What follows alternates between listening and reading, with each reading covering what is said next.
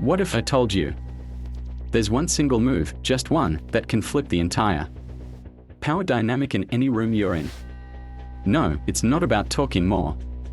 It's not about being louder. And it's not about pretending to be someone you're not.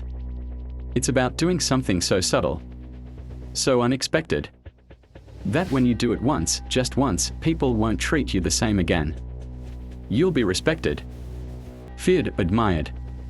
But you have to be willing to walk through the fire first. Let me tell you the story of a man named Aiden. And by the end of this story, you won't just be listening. You'll feel it. Because you'll know exactly what to do next.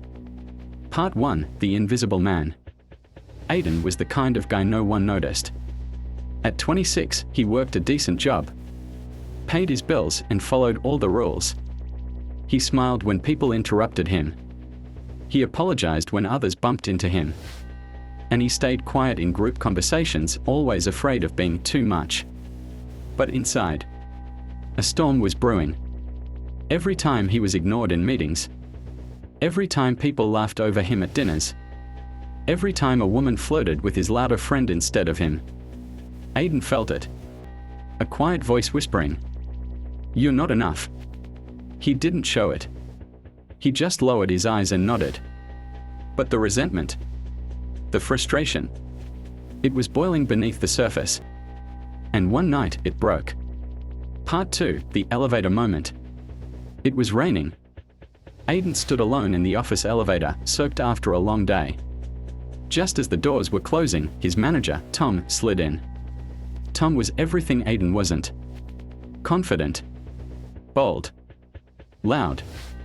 He once told Aiden to speak up or get left behind. But in that elevator, something strange happened. Tom looked at Aiden and chuckled. "Rough day, huh?" "Yeah," Aiden replied. Quiet, as always. Then Tom said something that changed everything. "You should invest in a better umbrella. Yours makes you look like a drowned puppy." And he laughed. Normally, Aiden would have forced a laugh too. Said, "Yeah, I guess." Let it slide. But something inside him snapped. He didn't smile. He didn't nod. Instead, he looked Tom dead in the eye and said, "You should invest in better manners. Yours make you look like an arrogant prick." Silence. Tom blinked. Then, the elevator dinged. Doors opened. Aiden stepped out. And he didn't look back. Part 3, The Power Shift. The next morning, Tom avoided him. No sarcasm. No jokes. No comments. Others at the office noticed. Some looked at Aiden differently. Not in shock, but in curiosity. As if to say, "Who is this guy?"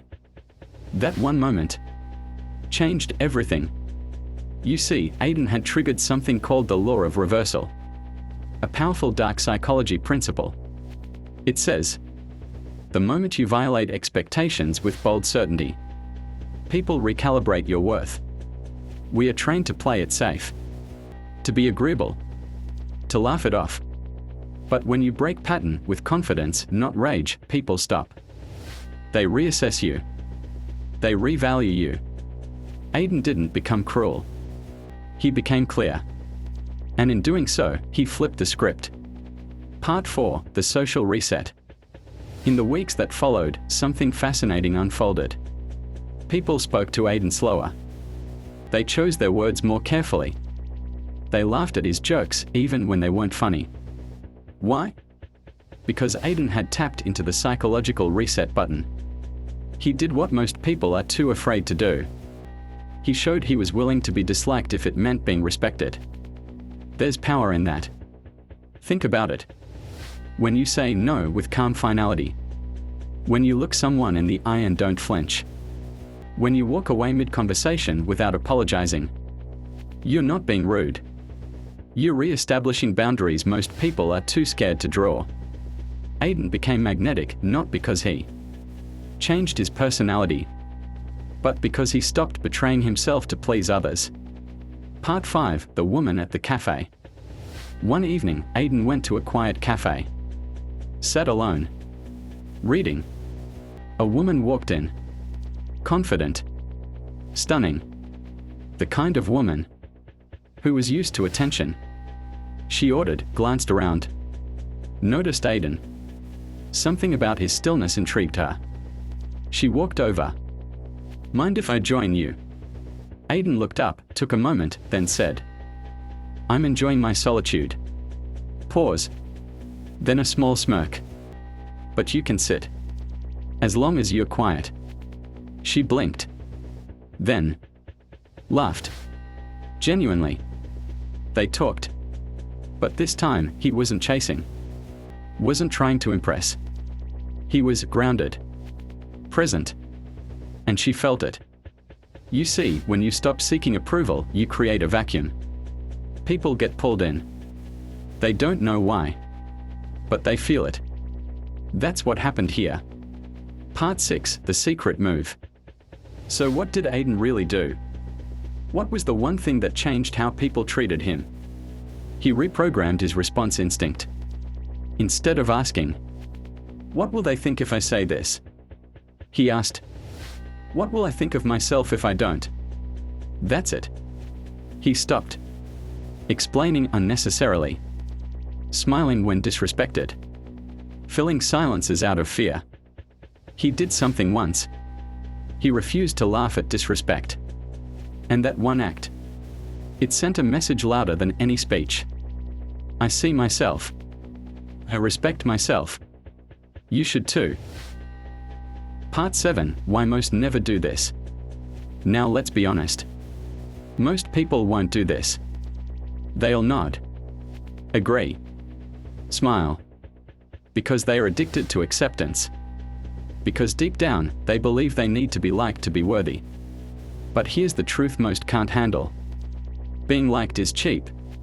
Being respected. That's rare. And it only comes when you're willing to risk rejection. Aiden realized this. If you let people treat you like an option, they will.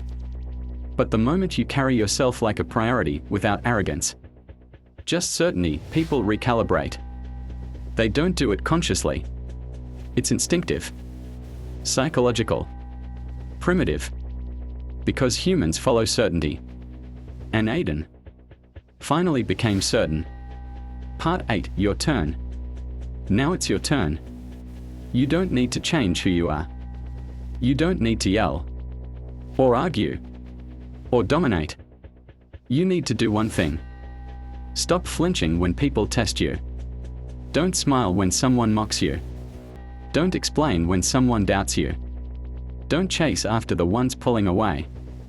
Instead, pause. Look them in the eye. Say what needs to be said and say it once. Because people don't respect effort. They respect energy. And the moment your energy shifts from please accept me to I don't need your approval to exist, they'll feel it. Even if they don't understand it. Do this once, just once. And you'll never go back. You'll see how friends look at you differently. How strangers respond to your presence. How even those who once doubted you now hesitate before speaking. Not because you became someone else, but because you finally became you. Welcome to the tribe. You've been silent long enough. If this hit you in the gut, if you felt like Aiden's story was secretly your story, then it's time. Leave a fire in the comments if you're ready to reset your presence. And remember, silence isn't weakness. It's a weapon. And when you learn to master it, people will feel it. Even when you say nothing. Subscribe to Silent Tribe for more deep dark psychology storytelling. New videos every Tuesday, Thursday and Sunday.